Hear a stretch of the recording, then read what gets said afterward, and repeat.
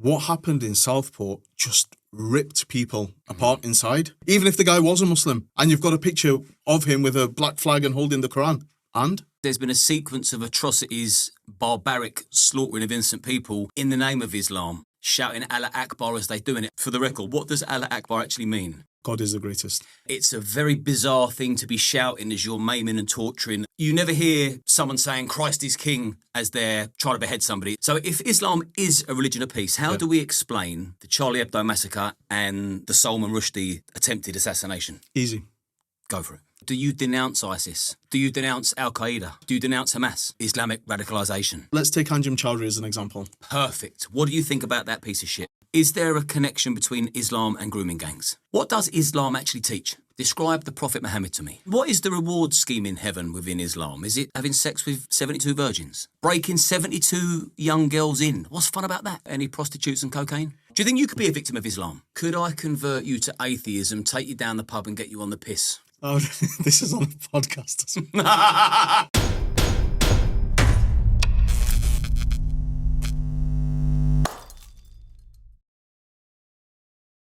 I want to say a quick thank you to our sponsors, Gold Seal. I use their products every single day, and now I finally get to work with them.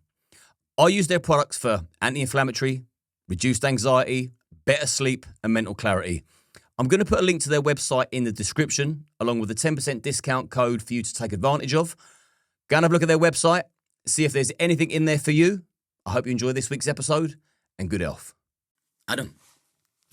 Good to see you, Liam. Thank you for coming on. This has been in the pipeline for quite some time, and I'd imagine people are flabbergasted to see you and I sat opposite each other. But as an atheist, non-religious man, I like to hear everyone's story, everyone's perspective, everyone's side of the coin. And as an imam from Liverpool, is it the UK's oldest mosque? It is the Abdullah Quilliam Mosque. It was founded in the late 1800s by a convert to Islam. And the first Muslim community in this country were a bunch of white Scousers up in Liverpool back in Victorian times. How about that? Well, let's see if you can convert me to Islam. God guides who he wants. It's not down to me. You're good, but you're not that good. Let's go. Tell me a bit about your background, how you found Islam, and then how you work your way up the ranks to imam, and what is an imam. But go back to your background first. How you found?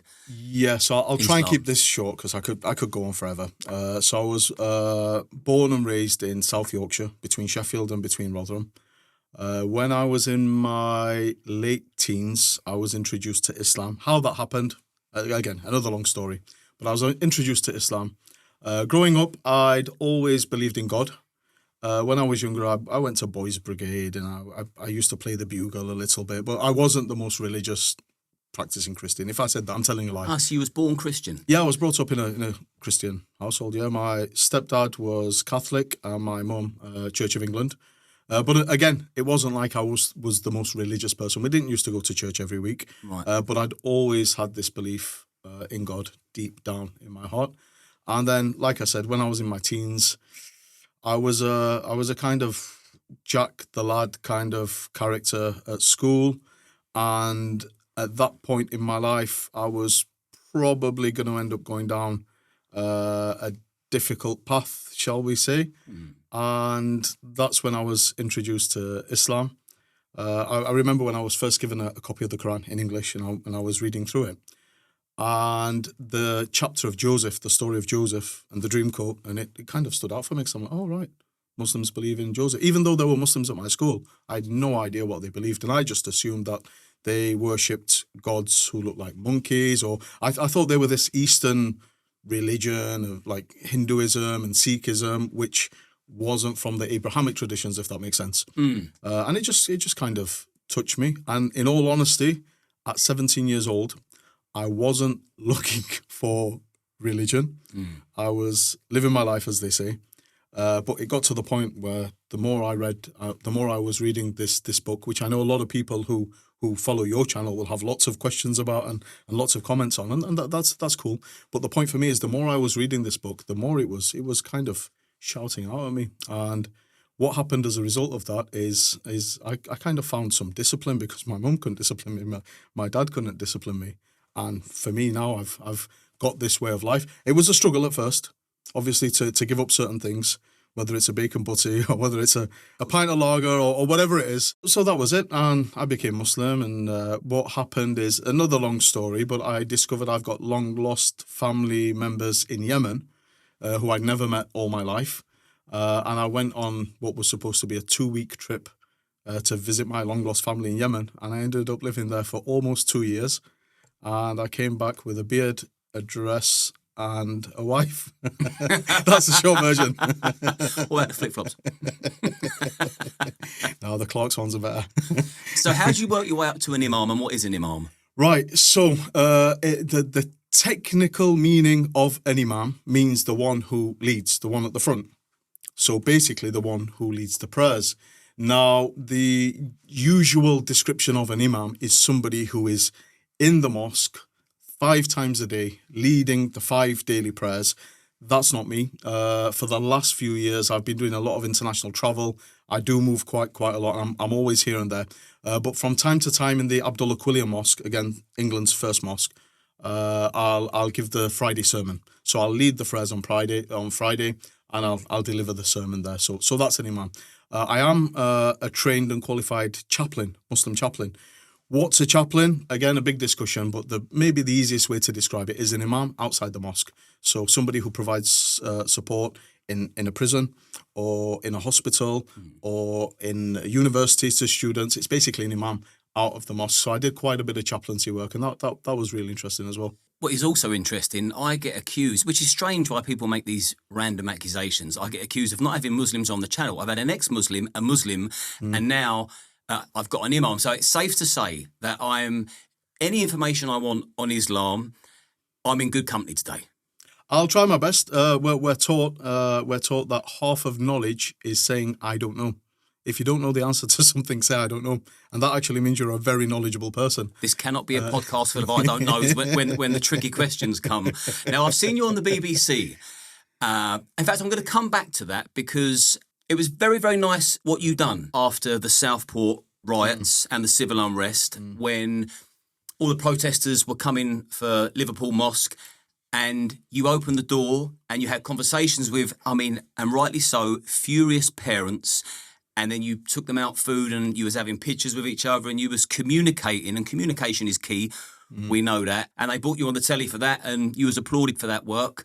And there's something else you've done as well that I will quickly mention now because I'm sure we'll come back to him. But when Tommy Robinson got sent to jail, you was the only person that I saw. You called for peace for Tommy. Please don't anybody attack him in jail. But the question I will come back to towards the end of the interview is like, why would you even need to say that? But let's go back to what I would consider the country's enemy, which, believe it or not, isn't Islam. It's Keir Starmer. Now, I've seen you pictured with Keir Starmer. Tell me why. So I'm glad you've asked, because a lot of people attack me for that without asking. I'd actually received 3 invitations to Number 10 within a 2-month period.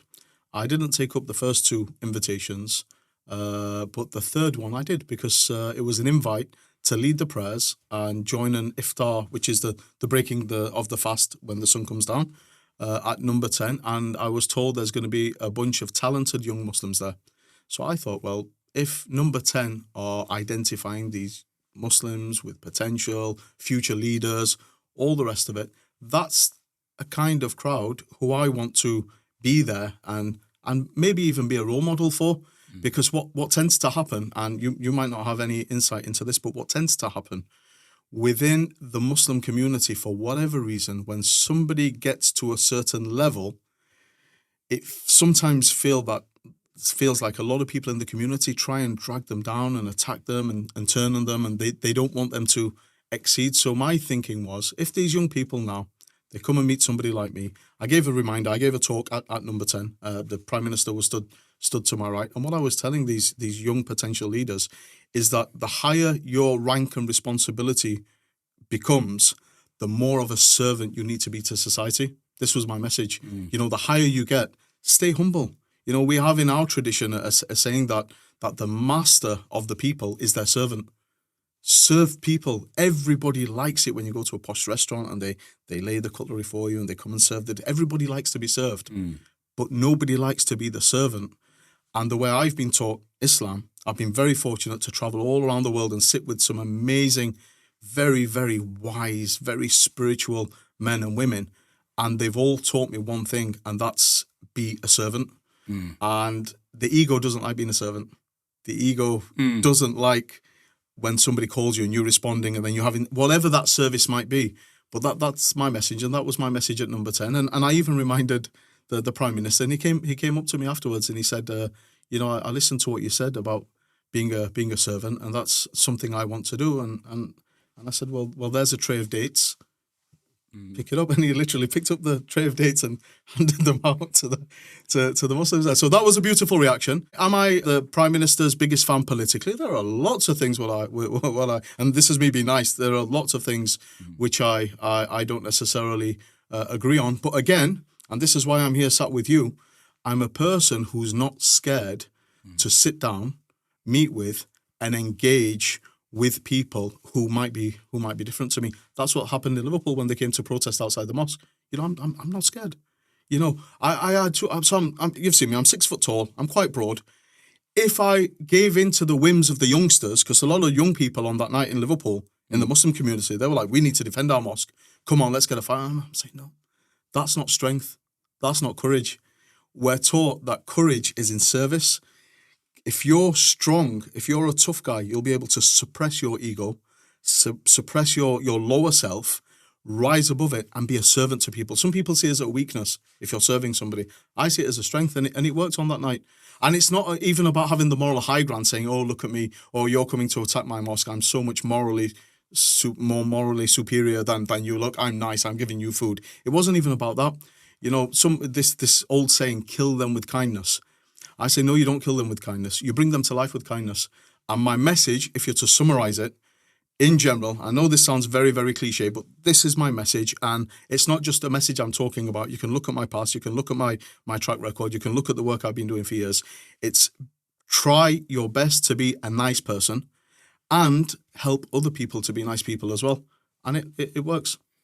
Just want to say something that you've achieved that the British public haven't. You've got a lot more out of Keir Starmer than the rest of us have. You got him serving dates. He hasn't served any of us yet. But we won't get hung up on that man. Everyone does when they come in here. You can't help but just rant about Starmer. But King Charles. So last night and yesterday you was at Buckingham Palace. King Charles invited you to their garden party. Yeah, that's right. What was that about, and how was the king? Some people think, conspiracy theorists, they believe King Charles is dead. Did you see him with your own eyes? I'm here to confirm that King Charles is still alive. I've also noticed some conspiracy theories running wild on the internet that he's converted to Islam. I can also confirm I spent quite a bit of time with the chaplain to the king, and we had some amazing conversations. I can also confirm that King Charles has not converted to Islam. So yeah, but this is the thing, isn't it? The times we're in, when people have lost so much trust in the mainstream media, that these conspiracy theories are so easy to cling on to for a lot of people. And what is the benefit? Okay, the Earth's flat, and I'm not saying it is, by the way. Let's not go down the conspiracy theorist route. So what happened at Buckingham Palace when you were there? Yeah, what is the garden party? So somebody gave me a call while I was driving down from Liverpool, and they're like, "When you see the king, tell him this and tell him this." And I said to my friend on the phone, I said, "Listen, if I'm being realistic, I don't expect to speak with the king for more than 5 to 10 seconds. That's probably just a passing handshake and that was optimistic. When I arrived, I realized there are 8,000 people invited to each one of these, and they happen 3 times a year. So there was a lot of people there. I did see the king very briefly. I did see Prince William very briefly, but it wasn't what I was expecting in my head. But it was nice. There were bands playing the national anthem, and there was nice little snacks and treats and things, which I didn't have as many as I should have, because I was just bumping into amazing people and having conversations. And any prostitutes and cocaine? Not that I saw. But they do say you find what you go looking for. I wasn't looking for that. Oh, Charles has let it slip. His party days are over. When you interacted with the Southport protesters when they come to your mosque, because it's all documented on YouTube, it's not as if it didn't happen. It happened. There was a lot of angry parents that turned up to your mosque out of rage, out of sadness, out of just lack of hope. But it happened. And you opened your doors to them and you mingled and you broke bread and you had conversations. From your perspective, I mean, how did you find that experience? And what did you say to disarm people? And what did they say to show understanding to what you had to say? So this is what I've always said, Liam. So this picture went viral. By the way, and I think it's important to make this point. Yeah. Just before I crossed over the road, there was a guy with a camera, and I said, please don't come over. I don't want this to be a publicity stunt. I specifically asked the guy with the camera not to come over because it was a genuine gesture to the people who came to protest outside the mosque. That's number one. And I didn't want it to be seen like that. However, a camera guy got over, and as I was hugging one of the protesters, he was probably the most vocal one, to be honest, the one who was shouting the most. We had a bit of a conversation, talked about his issues. You know, I asked a few people that night, to be honest, Liam, you're here at our mosque. What is it exactly that you're protesting against? And in all honesty, nobody seemed to have a clear answer. And I think that is because of what you said. What happened in Southport just ripped people apart inside. And everybody felt helpless and like they had to do something, but they didn't know what to do. And then all of a sudden, you get these online flyers spreading around saying we're going to start protesting, save our children on the pierhead, the protest outside the Southport Mosque, which turned into a riot. By the way, I'm good friends with the Imam there as well, and we've had a few events in the Southport Mosque, which was smashed while all the people were still inside it. Nothing to do with the sinister, horrible, evil being who stabbed those little girls, by the way, either the mosque or the community. And we've opened the doors of the Southport Mosque as well, not just the Liverpool one. But one thing he did say, this guy outside the Liverpool Mosque who I hugged, again, it's important to bear in mind that it wasn't just me hugging him. He had something inside him which allowed him to hug me. It's two ways, you see. And he said, yeah, I'm just fed up of two-tier policing. And I was like, well, in all due respect, why don't you go and protest outside the police station then? Why are you here at the mosque? But yeah, we actually I wanted to take each and every single one of those protesters into our mosque, sit down with them and hear them out and listen to their concerns. The police advised that it's not safe to do so. So we arranged it for a week after. However, this loud guy, I did take him. I snuck him into the mosque on the night, and we had a little walk around the mosque, and he saw we weren't building bombs and planning to take over the country and all the rest of it. And it was a good interaction. And then a week later, again, we invited people in, and people brought their questions. We had a session called Questioning Islam, Tough Questions and Honest Answers. And this is an ongoing series which I've been doing far before the riots. And we've engaged with people, members of Football Lads Alliance, members of the EDL when that was still a thing. And every time, Liam, and I'm telling you, every single time we have these events where people who are angry with each other just sit down calmly, not talk, but listen to each other. And I'll tell you the secret. The secret is in the food. Literally, at the end of the event, when people, Muslims, white British working class, young people, old people, men, women, at the end when they go and have a coffee and some biscuits or some food, it's not the food itself, but it's the act of coming together and realizing that, hold on, and it's both ways. It's not just the kind of white community's misunderstandings about Muslims. It's also Muslims' misunderstandings about members of the white community, because everybody's looking at each other and shouting at each other. So many people within the white British working class community are looking at the Muslims and thinking they're terrorists, they're groomers, they're all the different attacks which we see left, right, and centre. And people within the Muslim community are looking, they're Islamophobes, they hate us, they want to burn our mosque down, they want to kick us out of the country, and then when you get them together over a cup of tea, and they start to realise that, we've all got bills to pay, the cost of living crisis, we're all struggling a bit. Even the middle class now, you can't go on as many holidays as you used to enjoy and all.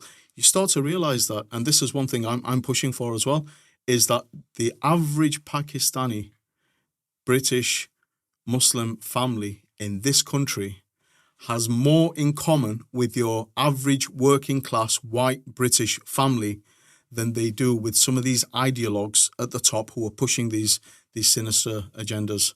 Let's talk about a very sinister act. We won't spend too long on it, but it will then segue into some genuine concerns about Islam. And you mentioned about when I asked you a question, you said you're the first person that's asked me a question without attacking me. Just so you know, there's no attack here. Yeah. Ideas I might not like, but human beings, I know we've always got common ground. Yeah. So from here on in, it's just going to be questions. There'll be no attack, because if you get into a heated debate, I find, I mean, it'd be different if you and me was down the pub. I know you don't drink, but if we were and we had 7 hours to shout at each other and debate, then we can do that. But when we're trying to have a conversation within a sort of 90-minute, 2-hour window, I think if you just keep debating all the time and it becomes heated,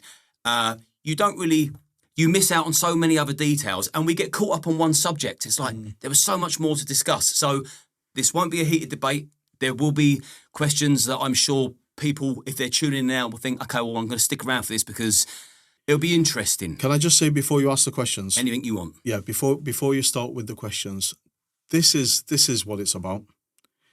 Rather than people talking about each other, which is what I'm seeing all the time. All you have to do is put on the TV, watch GB News, watch Talk TV, all these debates, all these conversations about Muslims, about Islam, about the Islamic faith, and nobody's talking with Muslims, and it's, I find myself shouting at the screen, some of these discussions they have, and let's go. So, the Southport massacre, he was sold to the British public as a Welsh choir boy. We know that Al-Qaeda manuals were found in his room, as were ricin, poison. So, in his mind, he wanted to cause as much terror as humanly possible. So, because Keir Starmer missold it to the British public and he put his attention to the, in my opinion, non-existent far right, that's what I personally think triggered the civil unrest. So, I suppose the first question is, would you agree that Axel Rudakana was an Islamic terrorist because of the Al-Qaeda manuals? So before that, the answer is no. But before that, don't forget he was sold as something else before that. He was sold as a Syrian or Iraqi refugee who's recently arrived on a small boat coming over. And I think that's what kicked the riots off. He was sold online by some dodgy account as a refugee, but he was sold to the British public from official sources by the Prime Minister. Yeah. That's unforgivable. Yeah. I mean, lying to the nation like that over something so serious. I mean, for me, honesty is the best policy, which is why we're here today. Yeah. And he should have been completely honest about that. But yeah, I hear you. But the Al-Qaeda manual, does that qualify him as an Islamist? Apparently he had works of Hitler as well. Does that make him a Nazi? I've heard rumours that he's been asking to pray as a Muslim in prison, but then I've heard other people say, no, there's no, I've spoken to the chaplain in that prison, he said, no, it's a load of rubbish. It's been, so we're in the realm of the unknown. We can guess, we can try and guess. Personally, I don't think he was Muslim. Was he inspired by Al-Qaeda? I think definitely he was, by the looks of it. Does he love death and killing and murder? Yeah. Can I explain his actions? No, not at all. But I remember when we were watching the news, my daughter came in, as we were watching it unfold. At that point, they'd only announced two of the deaths. And my daughter, she was 14 at the time. She said, "Dad, what's happened?" And I said, "Yes, a girls' dance school in Southport's been attacked." And she's like, "Why?" And I didn't have an answer for her. Yeah. And this is the thing. So a lot of people ask me about these attacks, and the way I describe it is it's almost like the Muslim community feels a double slap. Whether it's the Ariana Grande concert in Manchester being blown up, whether it's the 7/7 attacks on the buses, whenever there's, even if it was in the name of Islam and perpetrated by Muslims, with this Southport stabbing, there's still a lot of unanswered questions in the air, and time will tell. Personally, I don't think he's a Muslim. But if he was a Muslim, does that now give us a green card? Okay, we can smash the Southport mosque up. We can protest outside the mosques and smash the city centres up. You see what I'm saying? Even if the guy was a Muslim, and you've got a picture of him with a black flag and holding the Quran, and?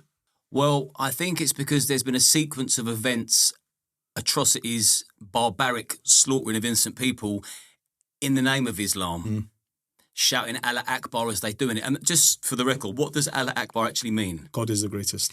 So can you agree that it's a very bizarre thing to be shouting as you're maiming and torturing and slaughtering Or you're talking people. about the Southport attack? No, just in general, because we've had lots, haven't we? Yeah. And you never hear someone saying Christ is king as they're trying to behead somebody. It's Allah Akbar. I mean, it's a term that actually puts the fear of God in people. If they was to hear it out loud in public, it would certainly make me feel uneasy. So what do you think about that? Yeah, Allahu Akbar. It's a very widely used term amongst Muslims. It's not the chant which you shout to slaughter disbelievers. It's something which you say when it's time to pray. When you start to pray, the first words you say are Allahu Akbar, and it's really not what it's been made out to be. When you get devils and terrorists and extremists abusing it, like the likes of ISIS, for example, that's all you'd ever see online, these videos of them shout. In fact, I say that ISIS, what they managed to do was take every beautiful sign and symbol and principle in Islam and uglify it. And it's almost as if it was a deliberate attempt to uglify Islam in its entirety. They've gone now, thank God, more or less. I think there's still a few of them hanging around somewhere in Syria and Iraq. But for all means and purposes, they're done now. ISIS literally made my blood boil, Liam. I was part of the... So do you denounce ISIS? Without a shadow of a doubt. Do you denounce Al-Qaeda? Without a shadow of a doubt. And I have done for years. Do you denounce Hamas? When they're killing innocent people, of course. Anybody, whatever name you give yourself, if you're killing innocent people, that is not on. And so I was part of the first Western delegation to enter into the eastern side of Mosul in Iraq just after ISIS had been kicked out. They were still over the western bank of the Tigris River, and we were on the eastern bank. And I spoke with the locals in Mosul, and the stories which, I'll be honest with you, when I went to Iraq, I thought that the Western media might have been exaggerating the brutality of ISIS and what they did. When I arrived there, I found out that they've been under-exaggerating it, like literally evil personified. To my knowledge, ISIS, Hamas, Al-Qaeda, they're just rebrands of the same thing. Yeah. I think in all fairness, I don't think you can put Hamas in the same category as ISIS and Al-Qaeda. And I'm being honest with you now, because there's a political background to Hamas. They came out in elections and et cetera, et cetera. So there is a difference. But it doesn't matter who is killing innocent people, whether it's Hamas or whether it's Al-Qaeda or whether it's ISIS or whether it's the Lord's Army or whether it's whatever name you call yourself, whatever claims you make, if you're killing innocent people, there's no room for it. So are they Muslims? Now, this is a question, I've been asked this question before, and I'm glad you've asked me that because I want to explain. So it's very, very difficult to put somebody outside the boundaries of Islam. And for somebody to do actions which are un-Islamic, like murdering innocent people, like drinking alcohol, like eating pork, like whatever the sin is, that doesn't necessarily put somebody outside of Islam. What puts somebody outside of Islam is areas of creed.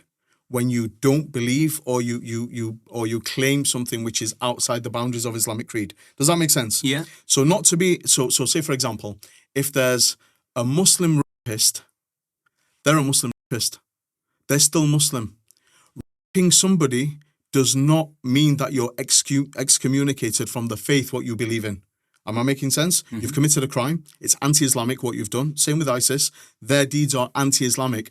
But for anybody to make a claim about the belief in their hearts is very, very dangerous territory. And ironically, it's a weapon what they use to call everybody else disbelievers. Do you see what I'm saying? Mm-hmm. This is a weapon of terrorists, this excommunication. That, like many people within ISIS, they'd consider somebody like me to be a non-Muslim. He's not Muslim. I wouldn't do the same to them because they're making claims with their mouth. Even though their actions are completely un-Islamic, it's not the role of a human being to delve into people's hearts and put people outside of the faith. So, and this is, I've always found that this has been a point of sensitivity, because what that means is if you were to come to me and say, do you believe Osama bin Laden was Muslim? I have to say yes. Because was he Muslim? Yes. Were his actions Muslim? Were his actions Islamic? Completely the opposite of Islam. Okay. Yeah. Does it upset or does it sicken you that Osama bin Laden was a Muslim? Thoroughly. Not just that he was a Muslim, that he was doing the things that he did in the name of Islam. Would you not be in danger for speaking like this in their space? Possibly. But I think there's also a chance that we over exaggerate the threat and the danger as well. And I think this idea that we have potential terrorists running around everywhere. So when you go past your local mosque and you see people in traditional clothing, I think there is a tendency to just assume, oh, they're extremists. There are conservative Muslims who are actually quite mainstream and actually quite moderate in their beliefs. Actually, these are the majority of Muslims. We do have some fruitcakes. We've got some lunatics. And I don't know if we're going to come on to Tommy Robinson now, but I believe that a big part of why Tommy Robinson speaks the way he does about Islam, because what he's saying is, I don't have an issue with Muslims, I have an issue with Islam, the faith. It's not about the people, it's about the belief. I don't think that's fair. However, if I consider Tommy Robinson's context and his background in Luton, and he's grown up around al-Muhajirun, who were literally the door for ISIS, then I'm not justifying, but I can understand why he's opposed to Islam the way he is, if that's the version of Islam. Like, he puts his car window down and gets a punch. Oh, that's very Islamic, that, isn't it? You had to cover your arse there, didn't you? I'm not justifying Tommy Robinson, but I agree with him. There you go. Any Imams agree with Tommy Robinson? No, if I'm honest, no. Is there nothing you agree with? I think, right, so who is Tommy Robinson? You see, I think there are three different versions of Tommy. Go on. I think there's the version which many people within the Muslim community, maybe even people on the left as well, together with the Muslim community, see him as an Islamophobe, as a racist, as a troublemaker, as an instigator of riots. That's one. Then there's the other one, which I think a lot of people in the white British working class see him as, and this is this heroic figure. He's willing to sacrifice his freedom to speak up to authorities and speak for the truth. He's willing to deal with and tackle head-on causes which nobody else has time for. That's the hero Tommy. So we've got the villain Tommy, we've got the hero Tommy, and I think the reality will be somewhere in between. And you know, you're gonna meet him as soon as he comes out of prison. And I think, you know, I said this from the start when we were talking about prison and him being sent down. It's going to be a time to reflect a lot about what he wants to do. So Tommy Robinson, I'll say it now, he has a lot of potential. He's very, very talented. He's able to warm up to people. He's able to deal with things which many people shy away from. The methods which he uses, I don't fully agree with. I think he can be quite emotional, and I think sometimes it's just the way he is. He's from the streets of Luton, and the way he gets his point across sometimes comes across as very, very aggressive. You know, I think the guy, I think the Tommy in the middle, the one who his close friends know, I think he's somebody on a journey. I think he's definitely on a journey. Lots of opportunities are going to be opening up for him as soon as he comes out from prison. And he's an intelligent guy. I know he is. I know a few of his friends who are close with him. They all say the same thing. He's an incredibly intelligent person. And like I said, when he comes out of prison, there's going to be lots of doors and opportunities open for him, probably more now than before he went into prison. And I just pray and I hope that he's able to choose the right doors, which are going to be not just right for him and his family, but also going to be right for our society and people at large in this country. You see, I gave my word that this wouldn't be a heated debate, and this could quite easily spend the next hour debating Tommy, because I see him, I know his intentions, but this is about getting the other side, different perspective, and that's boxed off, and we can move on. And that is why I think it's important to have conversations, certainly before you get into a debate, get a better understanding about everything. But what does Islam actually teach? What does Islam teach? Well, in short, the base message is, and this was taught by the Prophet Muhammad, peace and blessings be upon him, that there is no Lord except God. It's all about the concept of one God. And we're taught that this is nothing new. It's not a new religion. It's actually the old and the ancient religion, and it was the religion of Jesus and what he taught, and it was the religion of Moses and what he taught, Abraham, Noah, all the way back to Adam. This idea that there's one God. It's understanding that we're in this world for a short time, and to do whatever good you can do while you're here before you leave, because you will be judged. If you don't get found out and caught in this life for the harm that you've caused to others, you will be taken into account in the next life. And what does the word Islam mean? I've heard it means submission. Right, so it does. It means, but it's got lots of connotations. So the amazing thing about Arabic, I won't get too complex, but the amazing thing about You Arabic don't confuse me. is words are part of families, and so Islam has the root letters salama. The other words which come from that have the connotations of it. So you've got salam, which is peace. You've got istislam, which is submission, and you've got salama, which is safety. So it's all these different connotations. So in English, you can't really say it's submission. It is submission, and it's also peace, and it's also safety, and it's all these other things. And can I just say to people in the comments from this section onwards that are watching and listening, it would be a very poor interview if I got strung up on one detail and went back and forth for the next hour and a half. So anyone that has got anything to contest, put it in the comments. Even if you don't like what I'm doing or saying, I'm not above criticism, but I want to move this along. Can I tell you something what I'm expecting in the comments? I look like Grant Mitchell. And I look like Pavarotti. So there's a group of people, and they're hardcore Islam haters. They're convinced in the depths of their heart that there's no such thing as a good Muslim. And even when you see a nice person who's a Muslim, it's a snake grin. There's something, they're up to something. They're trying to deceive you. And they quote this word, taqiyya.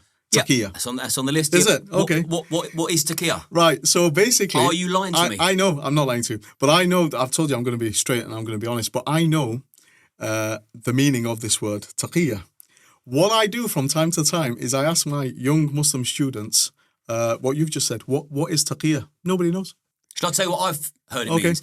I've heard that it's stamped in the Quran that taqiyya means you can lie to get ahead. So you could be sat here pretending that you're quite friendly and you mean no harm, convincingly, but really you're plotting and scheming against me, and it's okay to do that in the eyes of Allah. You know what's amazing, Liam? My plan is so amazing. I've been feeding the homeless for years, all to hide my real plan, and I've been helping people in society for years, and I've been building bridges and relationships and friendships, and it's all about this big plan to take. Come on.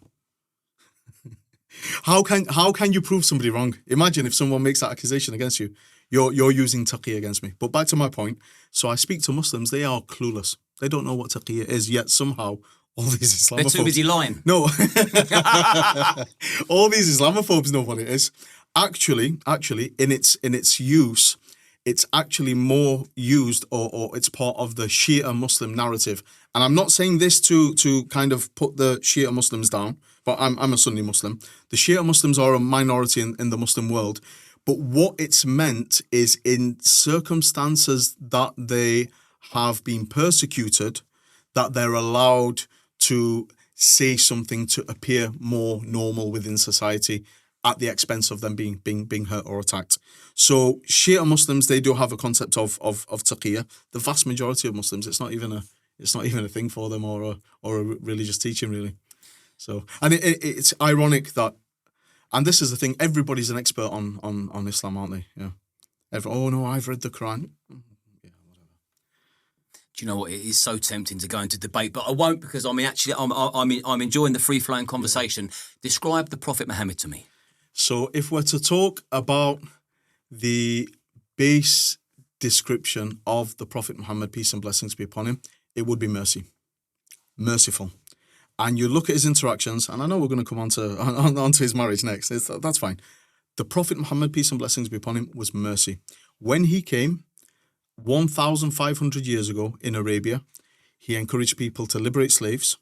He encouraged women to have rights which they'd never had before. Women could not inherit. They weren't even allowed to inherit. I think even in this country, just over 200 years ago, women were allowed to inherit from their fathers. The Prophet Muhammad brought this 1,500 years ago. He treated minorities with care and respect and protection. He dealt with elderly people in a way which was merciful. The way he dealt with children was a way which was merciful. And I know we're gonna come on to that point. It's good. It's ironic. Mercy. It's all about, and he told us that the closest of you to me on the day of resurrection, and to be in the company of the Prophet, peace and blessings be upon him, on the day of resurrection, is seen as an honor to be close to him on the day of resurrection. He said, the closest of you to me on the day of judgment is he whose character is best. In other words, the way that you deal with people, the way that you treat with people. I'd say that's a summary. It doesn't do justice. That's fine. Yeah. Summaries are good because we still got a lot of ground to cover. And in the eyes of every Muslim, is the Prophet Muhammad the perfect person? Yeah, a role model. Yeah. Okay. And is a Muslim man's job to emulate the Prophet Muhammad? Yes. Okay, so these. I see where it's going. These are all true. What would happen if you were to speak ill or mock the Prophet Muhammad?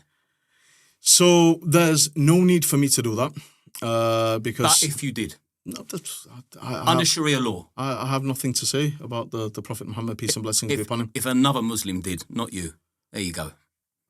Under Sharia law, you've got to again define Sharia law. This is something which I've studied for years, and some countries have blasphemy laws, and some countries are really strict. Somebody who insults the Prophet, peace and blessings be upon him. It depends. So do you go by the legislation of the country, or do you look at how the Prophet acted? Because many people came and insulted him to his face. What did he do to them? I tell you what, give me 2 examples. Give me a mild example and give me an extreme example. Okay. Well, you've got many, many, many examples from the seerah, which is the records of the life of the Prophet, where people came up to his face and abused him physically. They abused him verbally. They cursed him. They disbelieved in him to his face. And his reaction was a reaction of what I just described then, mercy. What you've got is a development of scholastic works afterwards, which have kind of put together the cursing or insulting the Prophet Muhammad together with treason. So they've seen it as rebelling against the state. If you rebel against Islam, you're rebelling against the state. And does that end in death? Even apostasy, yeah. So apostasy, another thing which is similar to insulting the Prophet. Apostasy, if a person leaves Islam, so first and foremost, there's no verse in the Quran which talks about a death penalty for apostates. When it comes to the books of law, which have obviously been developed afterwards, it was introduced. Whether it's implemented today or not is a completely different discussion, and I don't think, maybe with a handful of exceptions, that it's implemented anywhere. So back to apostasy, it was interpreted. Times were very different back then. If you want to leave Islam, you're not just leaving. You're not saying, I don't believe this in my heart now. It's almost like you're rebelling against your country. You're rebelling against your people, and it's the same as treason. But should people be killed for leaving Islam or not believing in Islam? No. Should people be killed for insulting the Prophet Muhammad in these times? Of course not. It's ridiculous. Like, let's talk. Let's talk. And if anything, so there was one case where the Prophet Muhammad, somebody wrote some poetry, lines of poetry. It was basically an attack on the Prophet, dissing him, like really. And when you say someone, are we talking about Salman Rushdie? No, at his time, in the time of the Prophet. Oh, okay. Somebody put this poetry together. They were cursing him. They brought the poetry to him. They read it to him. He said, "This is describing someone else. This is not me." And so even these attacks which we hear today on the Prophet Muhammad, like a lot of people say, how do you put up with it?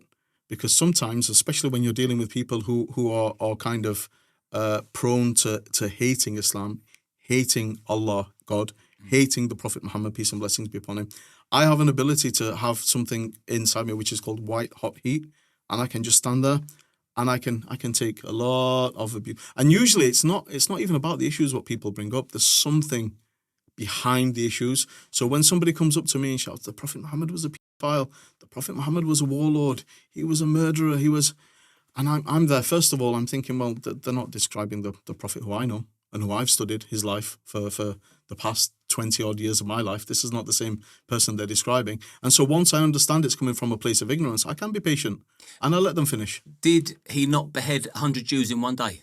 No, not personally. And the thing is, you're talking about, I think, Bani Qurayza. This was one of the wars in Medina. And those people who were killed, because the Prophet, peace and blessings be upon him, he did engage in war. he did engage in war. He didn't kill anybody himself.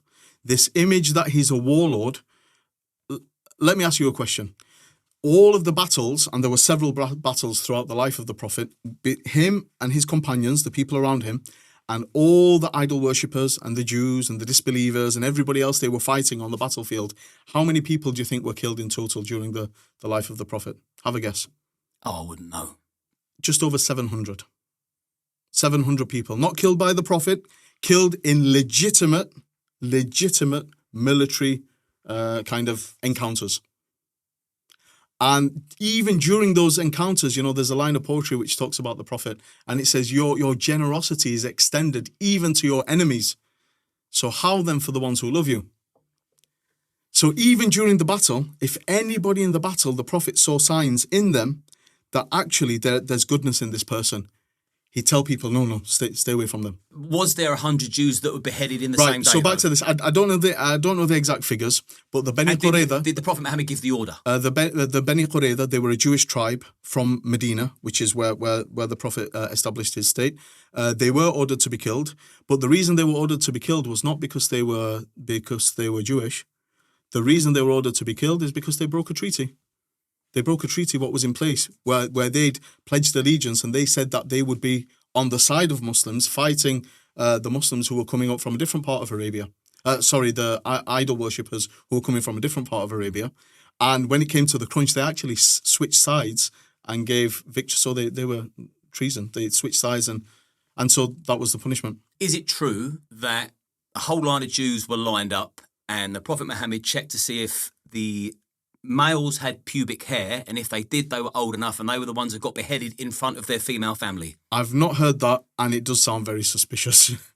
It sounds very suspicious. Is there any chance it could be true? I can't say. It's not something I've come across, but it sounds very suspicious to me.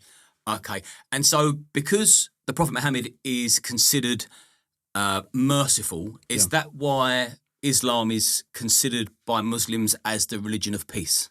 Yeah. Okay. Not just that. Mercy is a common theme throughout Islam. It's a common theme. And this is why when we see terrorism, when we see violence, when we see abuse, it's a very simple rule. So the Prophet, peace and blessings be upon him, I'm going to teach you a legal maxim now in Islam. Do not commit harm and do not allow harm to be committed. That's it.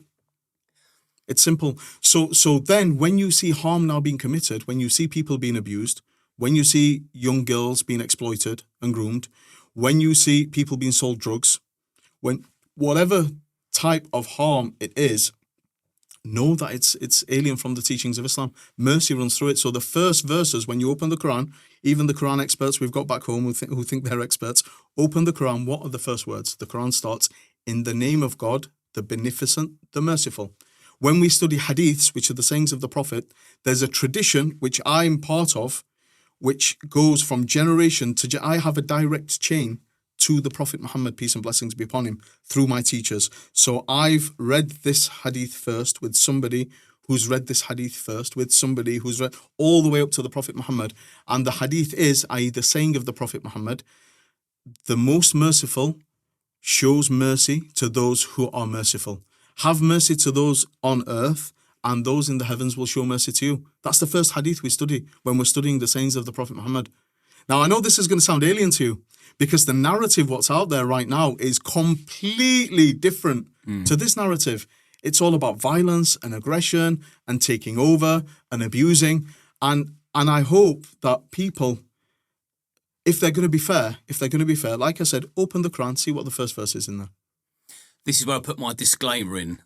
Respectfully, I don't believe a word of anything you've said, but I believe that you believe it. But I would say this. Okay. I would say this to a Christian, Jew, Sikh, because I'm not religious. No, I get that. I respect that. It's a religious thing. So if Islam is a religion of peace, how do we explain the Charlie Hebdo massacre and the Salman Rushdie attempted assassination? Easy. Go for it. Muslims are humans. And some humans are psychopaths. Some humans are narcissists. Some humans are pedophiles. Some humans are abusers. And I'll tell you the situation where we're at. And I'm glad I can use this platform to hopefully scream some sense into people. What's happened now in this country, what's happened is the media narratives, and these are not narratives from our streets. They're not from the white British working class people. Even when we're talking about two-tier policing, this is not the vocabulary of our people. It's a technical term which has been fed down from above. When we're talking about grooming gangs, this is not the language of our people. I'm talking about the white British working class. Again, it's something which has been fed down from above. So we need to be careful, and we need to see who's really pulling the strings here in society. But back to the point I was making. So what's happened with the narrative now is, imagine a circle, and within this circle, you've got Muslims, you've got immigrants, you've got legal immigrants, illegal immigrants, you've got people of ethnic minorities, you've got asylum seekers, you've got a big bunch of people in this circle, and whenever any one of them makes any mistake or commits a crime or does something horrible, then what happens is, I think it's just a psychological response, is that you blame everybody within that circle for that. And I think that's what happened on Southport.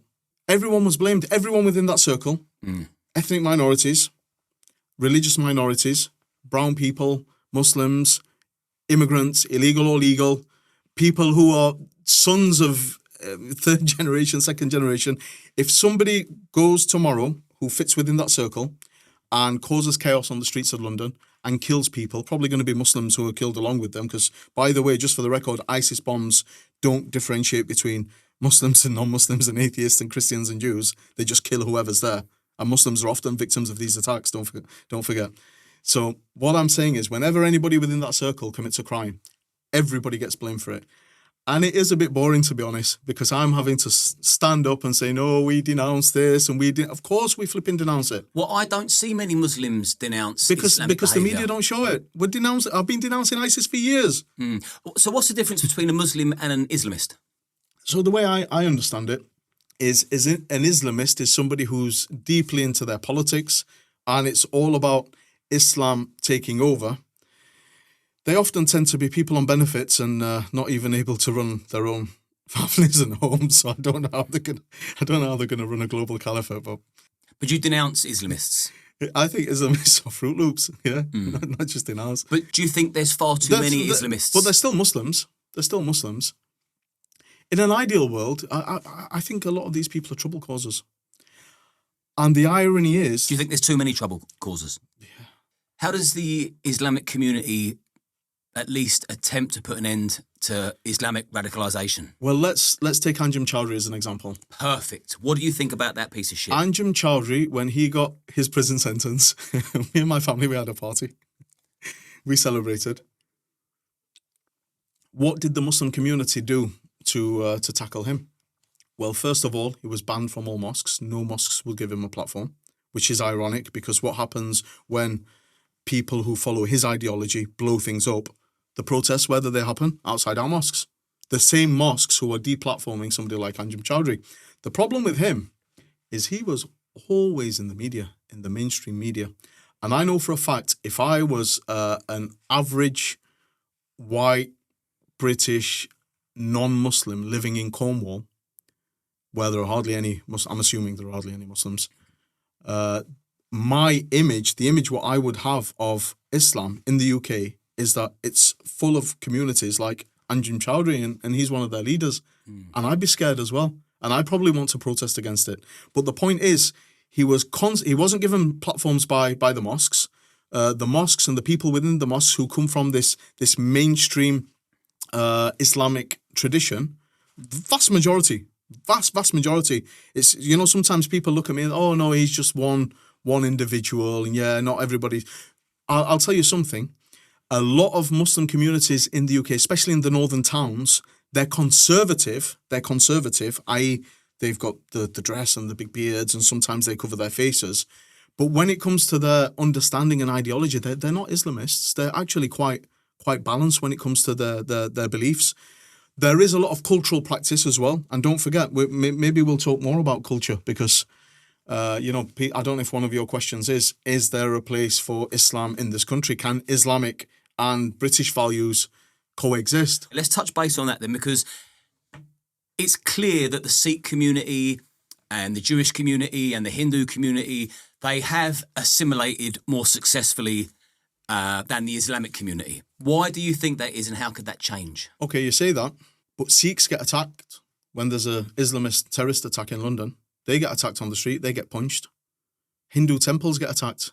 But on the whole, assimilation-wise... No, but why? Why are they getting attacked? Ignorance, isn't it? The people think they're Muslims and they're attacking them. Okay, but how come Islam struggle the most to assimilate? I get that, but I just want to go a little bit... I've got you. Do you see what I'm saying?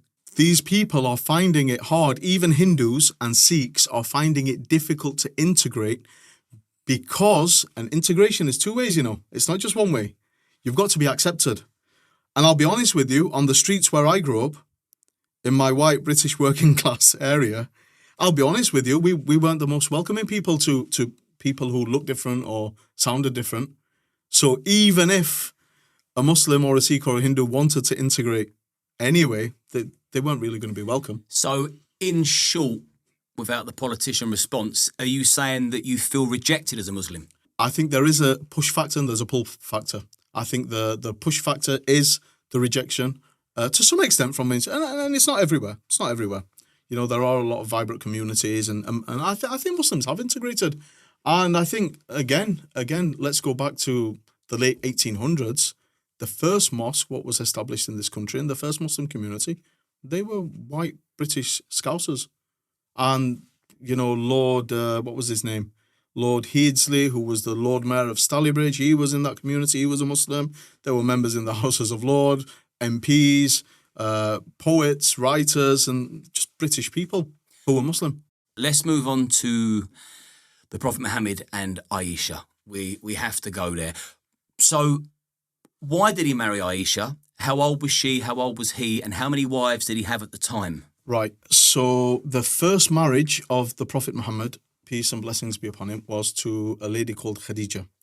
The most popular narrative, and there are differences in this, the most popular narrative is that he, at a virgin, was 25, and she was previously married, 2 previous marriages, and she was 40 years old. So he married Khadija, and she was his only wife for as long as she was alive, and then she passed away. When she passed away, after that, his first wife after that was Aisha. Aisha was the daughter of an older friend of his who was known as Abu Bakr. So they knew each other very, very well. And we have hadiths which say that the age of the marriage was when Aisha was 6 years old, and the marriage was consummated, i.e. marital relations took place at 9 years old. This is what everybody's homing in onto. Okay? I just want to pause, right? Ask yourself, if this is a pressing question for you, ask yourself, why is this such an important issue? What does it mean? Let's say, assuming, and I'm not saying this, let's say assuming, I'm not saying this, let's say the Prophet Muhammad had a relationship with a young girl. I'm not saying that, and I'm going to come on to clarify that after. Okay, then what? You've proved Islam wrong? Does that prove Islam wrong? Or we can't take anything from him? If he's doing that to a small child, that therefore we think he's morally wrong, and we will not take any teachings he brings us about God or about how we should live our life. Is that what it's about? Okay, fair enough. Right, now let's go a little bit deeper. There's the science of hadith, which is what I've mentioned. And by the way, the hadiths which mention the ages of 6 and 9, they're considered to be sahih hadith. So they're authentic in their chains of transmission. So what that means is every person who's transmitted this information all the way back to the Prophet can be vouched for. It's a reliable chain of transmission. As to the actual content of the hadith, that's a different story. There are different rules involved. However, there's another science in Islam which is called seerah. This is the science of biography, i.e. timescales and timelines and looking at. And people have put together the age of her sister, and when she's described when certain things have happened. And if you go down that path, then it takes Aisha from 18 to 20 years old at that time. So it's not as straightforward as it seems. Now, this is the, and I'm not trying to be clever here. I'm just saying that whichever opinion you go with, or whichever you kind of guess that was her age. In that time, the time that they were living, she was a woman. She wasn't a child. Because the Prophet Muhammad himself taught that it's forbidden to have sex between whether it's a boy or whether it's a girl before the age of puberty. At that time, that's what adulthood was. As soon as you reach puberty, whether you're a boy, whether you're a girl, whether you're 15 or whether you're 13, at that time you're considered now an adult. That's the way it worked. Nobody in the time of the Prophet Muhammad criticized him for this. It wasn't a moral issue back then. And I think it's a bit, I don't think it's fair to take moral standards, what we have today, and apply them to a situation which happened 1,500 years ago. When it comes to Islamic law, we have, so the vast majority of Muslim countries, just for the record, who follow Sharia or whose laws are based on Sharia will have 18 as the age of consent, or some have 16, and that's the whole point. It's forbidden to have sex with a child. Obviously, the definition of what a child was back then is different to what a child is now, because a child in our times is somebody who's under 18, right? Whether they've reached puberty or not, it doesn't matter. 18 is the key age. Go back 200 years ago, it wouldn't even have been an issue here in this country. That's 200 years. So never mind 1,500. So let's just say we're living in hundreds of years ago, thousands of years ago. So is it fair to say that, let's just say, a 56-year-old man, for example, as I believe the Prophet was when he consummated the marriage, sounds insane me even saying it out loud. But I hear what you're saying, but back then there was nothing remotely strange or unusual about it.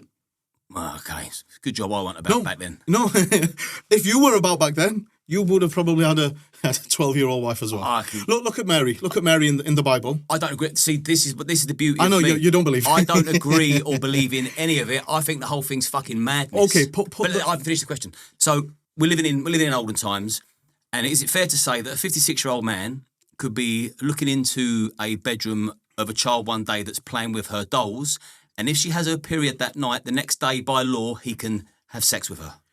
I think that's a very spectacular way to put it. I mean, the whole thing's pretty spectacular. Yeah. We're talking about a 56-year-old man having sex with a 9-year-old. That just sounds like a headline for The Sun, to be honest. But is that the reality, though? Realistically. Is what the reality? Is that what happened? Is that what was allowed to happen? I think technically, yeah, amongst their system back in those days. And it wasn't an issue. And it was across religions, like what I said. And I know you don't believe, but the point I'm trying to make is this wasn't like some Islamic teaching. Thou shalt have sex with little kids. It's not in the Quran. On the contrary, we're prohibited. It's a crime in Islam to have any sexual relationship with a child. And this goes on to the discussion, which I'm sure we'll come to, about grooming gangs as well.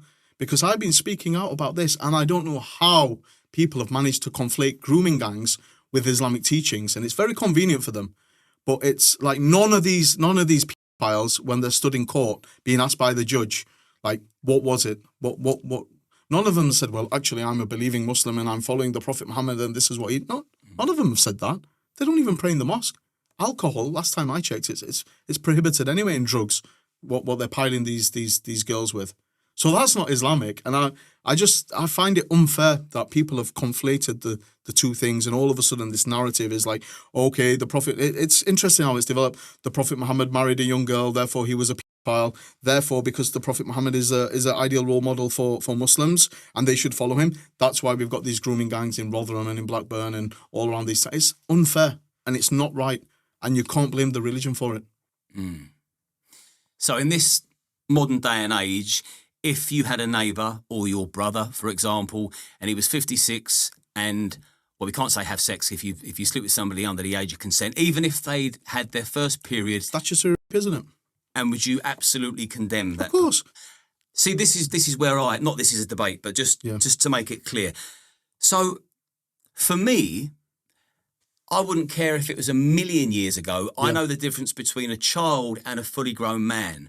And there is no way that in my head, and I think I speak for a lot of people here, would ever be able to say, but things were different back then. I think most people would say it was fucking disgusting and it should never have happened. He's not the perfect person, but we like the rest of the stuff that he does.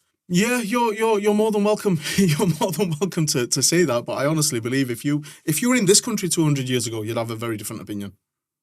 200 years ago in this country, look at the royals and the kings and what they were up to and the ages and all the rest of it. I think they're all despicable. You do now, but back then it was the norm. Yeah, it wouldn't have been for me. And I think it's unfair to judge somebody who on a moral compass which is completely modern and wasn't at that time. Like what for example, the next 50 years in our society we develop somehow, we become woke and we think that actually sex when you're young is not good. You must wait until you're 30 years old. Okay, let's put the age of consent now to 30 years old. You're going to be seen as a perv. It's a bit different, though. It's not. We know it's very different. We know a 9-year-old is a child. We know a 6-year-old is a baby. We know a 56-year-old man with a beard and a sword hanging down by his side should not be sleeping with a 9-year-old. Yeah, I like the sword hanging down by the side description, but that's not the way it was. Okay, that's not the way it was. We'll move on from that because I'm sure the comment section will be going absolutely mad. But obviously, we completely disagree on that, like massively. But we could spend another hour back and forth. You asked about the wives as well, just for the record, the other wives. So Aisha was the first one. And why did he need a new wife? Oh, this is a question, isn't it? Very good question. Thank you. So they were 14 in all, and at one point I think they were 10 or 12 after Aisha. Now this image, another image that the Prophet Muhammad is running around looking for all the virgin girls, each and every single one of his wives was a divorcee and had children from previous marriages. And some of them were older than him. So why did he need such a young wife? That's the way it worked. But the thing is there, you're looking, and it wasn't even an issue. It wasn't. Shall I tell you what I think the biggest bugbear is for people this day and age? I don't think it's so much the fact that the Prophet Muhammad was behaving like a deviant all them thousands of years ago. I think it's the fact that people defend it now. Rather than just saying, fucking disgusting, they say, yeah, but it was different back then. So almost you're justifying it. No, but what you're talking about is a different time and a different set of moral standards. No, but today by these standards, by the standards what you're describing, it's disgusting. For me, how can I call it's like, okay then, does a Christian call God disgusting because Virgin Mary became pregnant when she was, I think it's between 10 and 12 years old when she gave birth to Jesus, according to Christian scholars? Does that mean the Christian God's disgusting? That's just the way things worked back then. Is denouncing the Prophet Muhammad so badly frowned upon and could put people in danger within Islam? Is that why you think maybe that the teachings have really convinced you to... No, do you think you could be a victim of Islam? What do you mean by victim? Would you think you could have... is there any chance... Hashtag me too. Is there any chance that you could have been fooled into believing the Islamic scripture? Well... If you've read it for so long, for so many times, has it embedded itself in your brain? Is there a chance of that? I think any open-minded person, I like to see myself as open-minded, is I'm not going to commit to something wholeheartedly without ever accepting other potentials. So that's where I am. And that's where I've been for many years. You have to be open-minded. You have to be open-hearted. And for me, from the day I was introduced to Islam until now, it's been my thing. It's been my thing. That doesn't mean I'm not intrigued. I'm not interested to look into other things and explore the potential of other things potentially being right. But I think it's going to be difficult. Could I convert you to atheism, take you down the pub and get you on the piss? and then take you to a strip club? Is there a chance I could do that? If I give you my book to read. Oh, my days. Oh, this is on a podcast.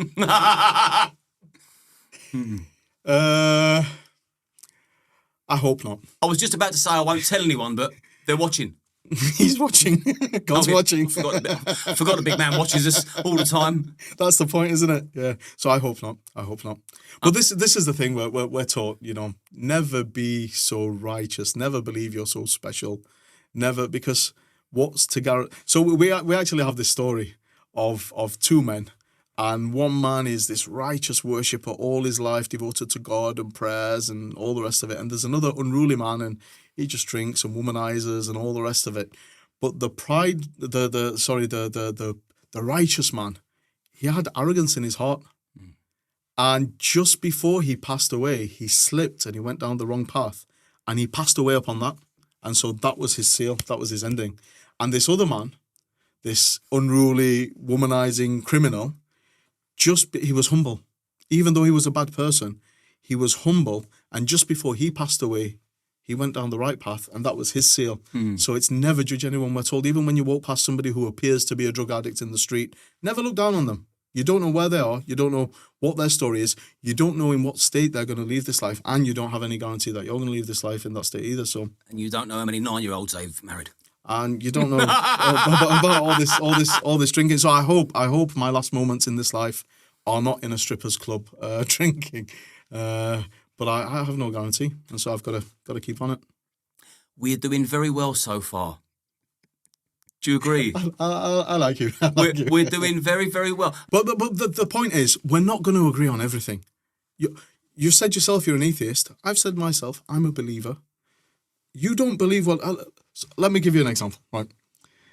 We had this event. This was in Preston, and some EDL came along, and some pretty hardcore members of groups came along to this event, and we were talking about Islamic Sharia, because everybody thinks they know what Sharia law is and it's here to take over, blah, blah, blah, all the rest of it. So we had this discussion about Sharia, and one guy, he was live feeding to social media. He's shouting so all his followers can hear. I don't believe that any of your Islamic laws should be implemented in this country. We are a Christian country. We've got Christian laws. Forgive the accent. We've got Christian laws, and there's no room for your laws. And do you know what I said to him? I said, well, I'm a student of Sharia. I've studied it, not like this ISIS lot. They just make it up as they go. I've studied Sharia. I've studied Islamic jurisprudence at a university here, and I've studied Sharia subjects in different countries around the world, and I've got a bit of a sense. That's another thing I like to do, travel a lot and listen to everybody and try and take the best what you can find here and there. So I said to him, well, actually, the Islamic Sharia itself teaches that it's forbidden, haram, to implement any punishment laws in a land which is not run by Muslims. So if somebody came to me, for example, in the mosque in Liverpool and said, "Oh, I've just shoplifted. I've just been the 𝐬𝐿𝐫𝐷." They call it the 𝐬𝐿𝐫. The 𝐬𝐿𝐫. No. I've just slipped a Twix. Yeah. Can you chop my hands off? Because I want the punishment. I see it's there in Islam, and I read it in the Quran. I want the punishment. Can you please? It's forbidden. You cannot do that. So what I said to him is, actually, what you're saying is what Sharia law teaches. There are certain countries that still stone women, though, aren't there? I'm not sure. I think it's exaggerated, to be honest. I'm not sure. I'd be happy if people could give examples. I think maybe tribal, lawless parts of some countries. I think maybe in certain parts of Iraq, in northern Iraq, the Muslims will stone their daughters for fornication, and the police won't do anything about it. And the Yazidi community, they'll do the same if a Yazidi woman falls in love with a Muslim man, and if a Christian woman falls in love with they're all stoning their daughters to death. But that's outside of the law. In terms of like genuine death penalty or stoning people to death, I don't think it's that prevalent. And I don't want to discount if somebody is like literally on death row right now waiting to be stoned to death. I apologize to them if it is happening somewhere. But I think the instances of it are so small, but again, it's blown out of proportion, and it's made part of this kind of anti-Islam narrative. Do women live a sorrowful existence in Islamic countries? Yeah. And I know it's in Muslim countries. Yeah, I think there's a big difference, isn't there, between cultures. I don't think it's exclusively Muslim countries. I think if you found a Buddhist country nearby this Muslim country which you're talking about, it's probably quite similar there, or a Hindu country. Don't you try and deflect with comparing it to other countries? Let's stick with Islam. No, but what I'm saying is it's a cultural thing. And I think it's unfair to use examples of a woman being stoned to death in Iran, or women being whipped for driving in Saudi, which has obviously changed in the last few years. But I think it's unfair to use these examples and then throw it as an attack on me in my mosque in Liverpool. The same way that when this evil Southport stabber did that horrible, tragic thing to those little girls in the dance school, I think that's unfair that you come into my mosque and and protesting outside. Like, it's unfair. Let's talk. And what of it really has meaning? What means anything to us? If we're talking about looking after ourselves and our communities and our children and our family and our society, then let's stick to what's relevant here. Do women cover their modesty with the burqa through fear or through choice? I think there's a mix. I think a lot of women, even in this country, even the full face veil, I think in some communities it's a cultural thing. And I think for many other women, they choose to do it. So, for example, I have 3 daughters. 2 of my daughters, they wear the headscarf, and one doesn't. And both of the ones who do, they chose when they were ready to do it. Obviously, some gentle encouragement from me and my wife, but nothing. Yeah, whenever they were ready, and then we threw a little party for them, and that's the way it was done. And if one of my daughters was to say I am not wearing my headscarf, who am I to force her?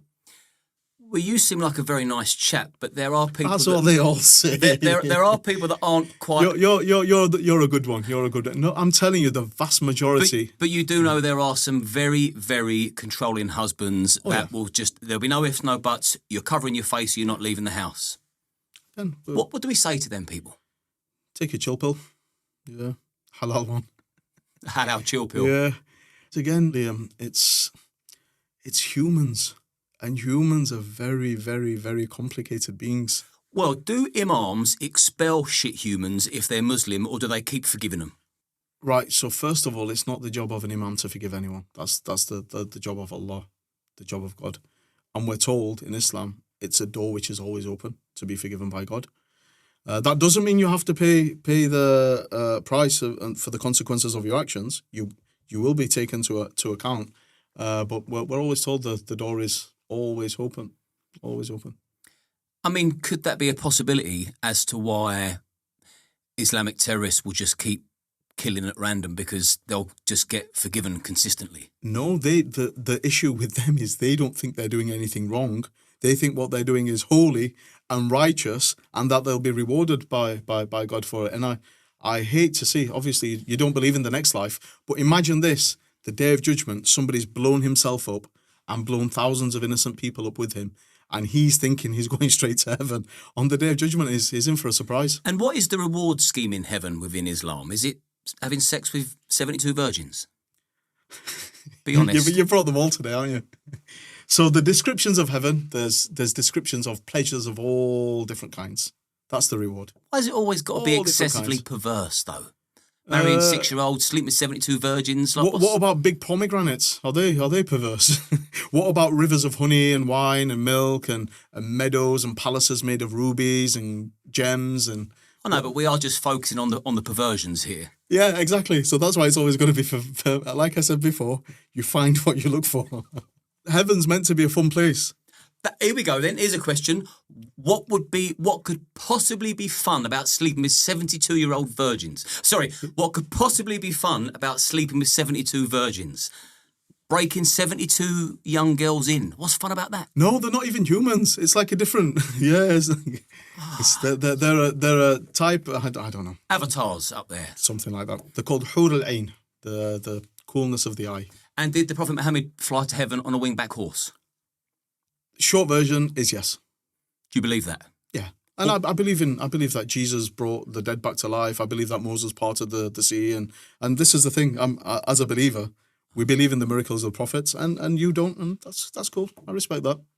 No obligation on you to believe it.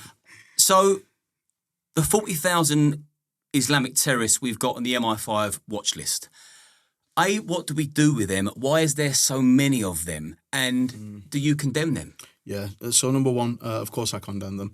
Number two, what do we do with them? That is a really important question. And who's responsible for dealing with them?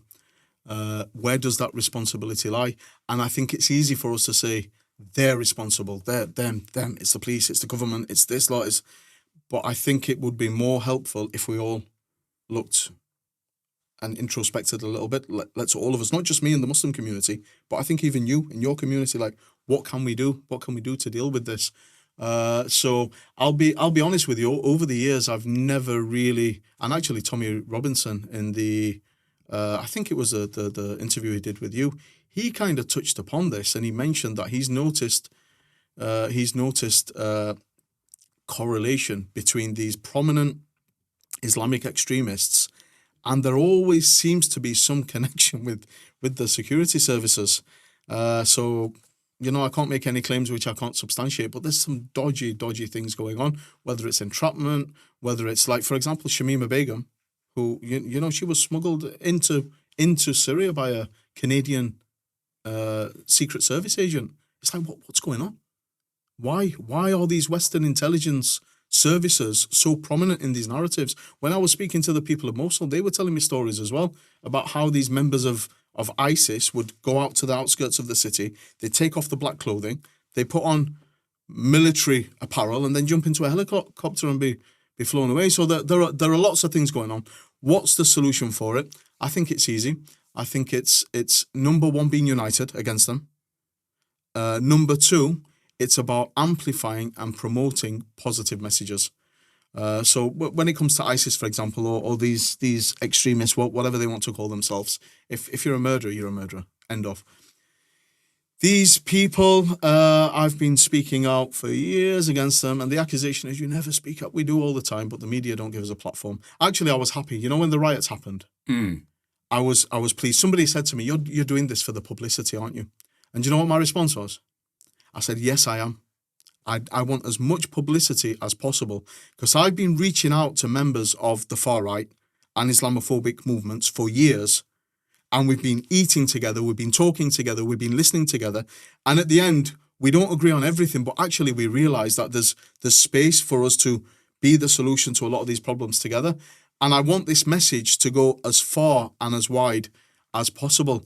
And I suppose that's one of the reasons why I've accepted your invitation today, because I want to give this message out again, that I'm telling you, if we can, instead of fighting each other, if we genuinely want to be a solution to a lot of the issues in our society, there's more benefit in becoming allies. So I can go back to my community, and we've got volunteers, we've got people, whatever the issue is. Whether, and again, grooming, you never speak out about it. I was at the UK Islamic Mission Annual Convention in Manchester, and the bulk of my keynote speech to that crowd of people from all over the country was about grooming and the dangers of grooming. But again, it's never given the platform, because it's not in line with the narrative. And this is something we have to understand. There are lots of narratives at play. A lot of them are from outside the UK. They're not from here. A lot of waves are coming over from the States. The MAGA movement, a lot of it is having a ripple effect here. Whether that's good or bad, in all honesty, I think there's a mixture. But the narrative now, even this anti-immigration narrative, it's just a British version of the waves what are coming over from the States. But that's a whole other topic, isn't it? Let's go back to grooming gangs, because we've mentioned it but not gone into it. So, in your opinion, is there a connection between Islam and grooming gangs? It's the opposite. It's the opposite. There is a disconnection between Islam and grooming gangs. And if these lads were Muslims, like they claim to be, and went to the mosque and prayed and read the Quran, they'd realise. So say, for example, what are the techniques what they use, Liam, to lure these girls in? Oh, they ply you with booze, okay. drugs. Let's stay at the booze one, right? Let's open the Quran. It says, "Verily, alcohol and gambling are from the handiwork of the devil, so keep away from them." So why are they using booze? Not only that, we've got a teaching from the Prophet Muhammad that not only are you not allowed to drink alcohol, you're not allowed to buy alcohol or sell alcohol or even sell grapes to somebody if you know they're going to make wine from it. Okay, if we're going to go what the Quran says, the Quran also says a 56-year-old can have sex with a 9-year-old. It doesn't. Is that the link? It doesn't. It doesn't. That's not mentioned in the Quran. It doesn't say it at all. So is his consummation of the marriage condemned in the Quran? No, these are legal details which have developed afterwards. Yeah. Okay, those legal details then are commonly accepted within Islam. So is that the link between young British children getting raped by Pakistani Muslim men? No, it's not. No. So if you want to talk about the Quran, let's go back to the Quran. The Quran tells you... Or just Islam in general? Okay. No, if you're a fornicator... Can you, I'll tell you what. In your wildest imagination, as much as you don't want to, can you see why people would think there was a link? Right. So Islamic terrorists who blow things up, they think that they're justified by Islam. The groomers who abuse these young girls don't think that. This is what I'm trying to say. And that's why it frustrates me. Well, for some reason, in a lot of far-right circles, they've come up with this story that, like I said before, the Prophet Muhammad married a young girl, therefore he's a pedophile, therefore, because he's a role model, other people look up to him and want to be pedophiles, and therefore they're grooming young girls. It's not like that. So the terrorists kill people, and they think that it's an Islamic virtue.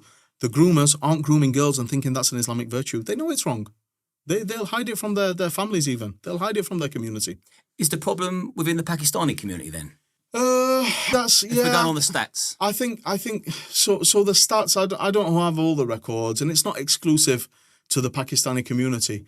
But I think you know what I've been told is it's not just the Pakistani community. Sometimes it's people from rural parts of Pakistan whose origins are there and whatever mindset and mentality. But I think that's a dangerous road to go down. Not so what the accusation is out there, not so we don't offend the minorities and so therefore we should cover things up. I think the failures ultimately with the grooming, it was a mixture. First of all, so it's easy to point the blame game. It's very easy to blame this, but first and foremost, it's the groomers themselves who are disgusting individuals. And look what's happened now because of the narrative which is within the far right. They're blaming me and my religion for some dirty little rat who's been doing what he's doing and destroying girls' lives. So they're at blame, first and foremost, the actual groomers themselves. Then you've got the local authorities who were covering this up. Then you've got the law enforcement, the police, who were covering this up. Then you've got the wider communities who, because one of their relatives was involved, it's like shame and you sweep it under the carpet and don't mention to anybody. And let's not forget, if we're being honest, Liam, if we're being honest, again, the streets where I was brought up, the white working class British community, and this might hurt people, but I've got to say it, they didn't used to be champions of these girls back then when it was happening. They were calling them all kinds of names. They were calling them SLs and... What's that one? I can't say it. Oh, for the podcast. It's going to be bleeped anyway. So PAKISHAGGERS. That's what they were calling these young girls. Right. While they were being groomed and while they were being abused. All of a sudden now they're marching on the streets to protect the young girl. If you're honest, back in the day, you were cursing these girls and calling them rubbish just like anybody else. So everyone's let them down. Everybody's let them down. Ask them, if you ever come across with some of these girls who were groomed, ask them, how did your community treat you during this? So we've all failed. We've all failed. Now the question is, do we sit back and attack each other about what we've done and what we haven't done? Or do we, number one, try and kind of repair whatever damage has been done, and it's probably never going to be repaired. You know, the girls who were involved with it are going to be scarred for life. I watched that documentary on Channel 4 recently. What were your thoughts on Very powerful. On that documentary? Very powerful. And did it make you think there is a problem within my community? Of course. I think people just want to hear someone just say, do you know what, you're right, there's a problem. Of course. Let's all deal with it. Of course there is. We've recognised this. We've recognised this years ago. But when you're talking about, so within our community, it's not with the people who are regulars in the mosque, if that makes sense. Mm. These are people who are out clubbing and smoking weed anyway. They're not really that closely connected. And so even though it's frustrating, it's like, how do we even reach out to these people anyway? Well, does a true Muslim follow the Quran to the letter, or does a true Muslim take bits and pieces that suits modern day life? Well, I've never heard it be put like that. So the true Muslim takes the Quran with the associated context, and it's very dangerous to take things out of context, and that context has also been developed and explained over many centuries. And also, and this is a maxim of Islamic law, is that customs are at the forefront of deriving Islamic rulings. That's a really interesting one. Customs rule. And this is why I'm saying to you, so if you go to Muslim countries today, you will find that the age of consent in many of these countries is 18 years old. and that's because of their cultural customs. So another example is I once had a discussion with an Islamic judge from Abu Dhabi, and my question was, I said, in the same way that non-Muslims aren't allowed to visit Mecca, my question, it was a technical legal question. I said, how about if non-Muslims are on an aeroplane flying over the airspace in Mecca? Are they allowed to do that? And he explained to me, he said, no, actually, the prohibition of non-Muslims visiting Mecca is not from the Islamic traditions. It's actually based on the customs of the people. So this idea that the customs and the culture of the people is important, and it's at the forefront of deriving legal rulings. And so if you go to a Muslim country where the age of consent is 18, for example, not at the age of puberty, that will be because the physicians have said maybe boys and girls are much more immature now, and they need to develop a little bit more. And it's a big topic. 2 more questions for you, and without veering off using anybody else's. Have you memorised these questions, or just 2 more questions? I'm impressed. I like to do a thorough job. Yeah, because we've covered a lot of ground. I'm impressed. And I'm going to say it now, so it's not my final message. This could have gone really bad because there's things that you and me could really clash on massively, but I think we've covered a lot of ground, and I'll be very interested to see and hear what people think. But there's final 2 questions. Without veering off and saying, well, what about this person? Talk to your community, Muslims, Muslim men in particular. So the first out of the last 2 questions, what would you say to any radical Islamist that's watching and listening to this podcast? What would your message be to them as an imam? So to think that you need to resort to violence and destruction and taking people's lives is in contradiction to the message of the Quran. We're told that, and this was actually a message to the children of Israel, and it's mentioned in the Quran, that whoever takes a life unjustly, it's as if they've taken the lives of the whole of humanity. So when you get taken to account on the day of resurrection in front of God, not only will you be liable for killing 1 person or 10 people, it will have been as if you've killed the whole of humanity. And if you have this energy and this passion to do God's work, then the opposite applies, because whoever gives life to a person, it's as if they've given lives to the whole of humanity. So instead of going out killing people, why don't you go out and feed people? Why don't you go out and look after people? I'll tell you why. Because it's easier to do the first, isn't it? It's easier to do the first. Why not consider the second option, which is the option of service, and be a servant, put your head down, stay humble, and help other people. But yeah, it's a very, very dangerous path, and it's going to lead you personally nowhere except to destruction, and never mind the harm you're causing for the rest of society. So yeah. And then before the final question, I agreed that this wouldn't be a debate or a heated debate, and I've fulfilled my side, and I'm actually glad I did, because I've got to find out more about the workings of your mind rather than just getting into a heated debate the first thing we talk about. I'm still trying to work my mind out, man. But Islam itself, would you debate somebody like Tommy Robinson, Douglas Murray, or Bob of Speaker's Corner? Debates, no. I like discussions. I'm not a fan of debates. In a debate, you both sat there. It's about me proving I'm right and you're wrong, and you proving you're right and I'm wrong. The one who's best at the debating skills will win, regardless of the topic. You could get a good debater and get them to convince you that the sky is red, and they would have the arguments, they'd have the techniques, they'd have the tactics. I'm not interested in that. I'm interested in discussions, whereas rather it's either you or me. Why don't we both kind of navigate together? We might not agree on everything, but at least we're going to be going in the same path. And I think that's what's happened here today. It's not been an argument about who's right and who's wrong. I feel like I've understood a little bit more about you, even though you've been asking the questions, and I hope the same has happened from your side. Tommy Robinson, Douglas Murray, I wouldn't mind having a discussion with Tommy Robinson. There are a few questions which I won't mention now, which I'd really like to ask him, and I'd like those to be asked in private as well. They wouldn't be like to. It's not about the spectacle. It's not about the views and the likes and the popularity. That's not the point.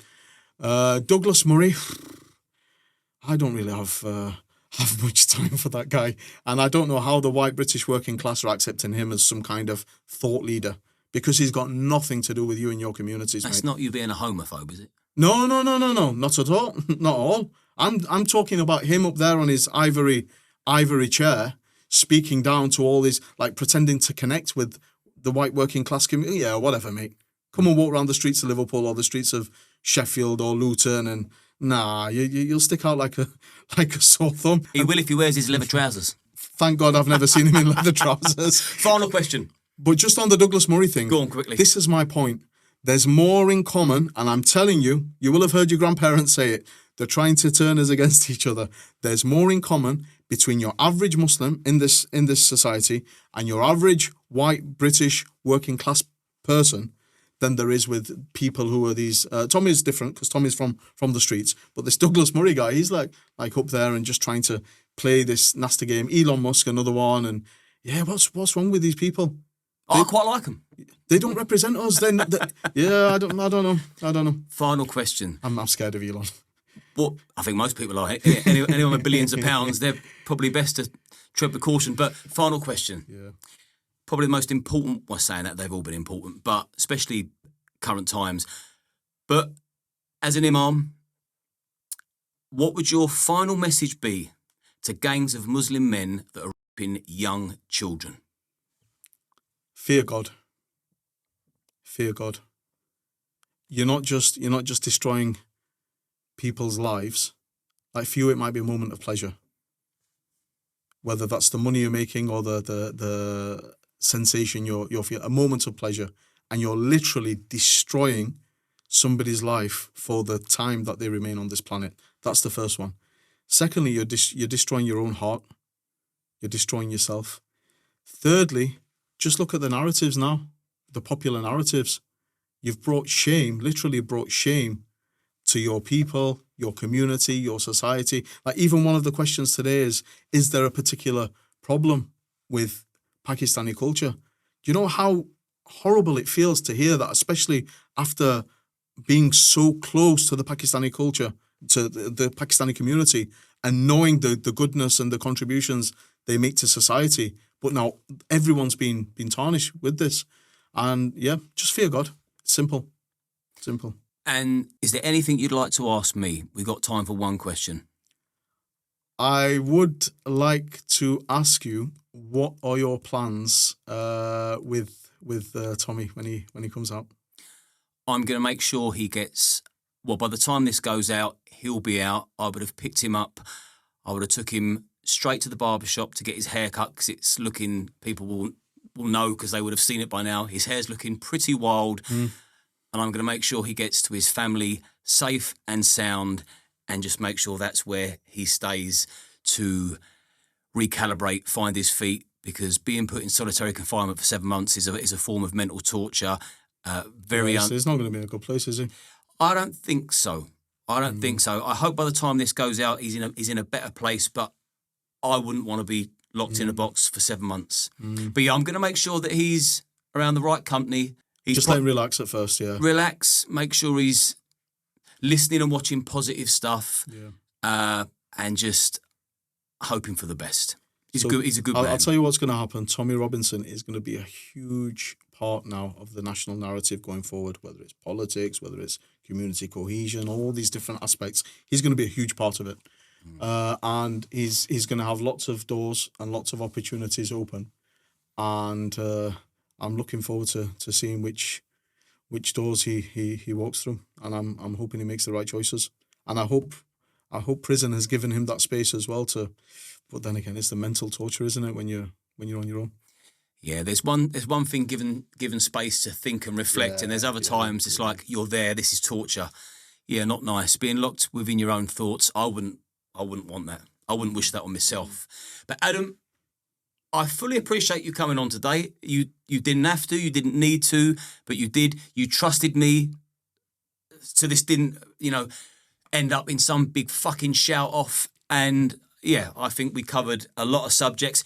Whether people agree, disagree, I mean, I'm pretty sure I know what parts they're going to strongly object to. And this is important, these conversations are being had. So I appreciate you coming on. Likewise. Thank you, Thanks mate. a lot. Appreciate it, brother. Thank you.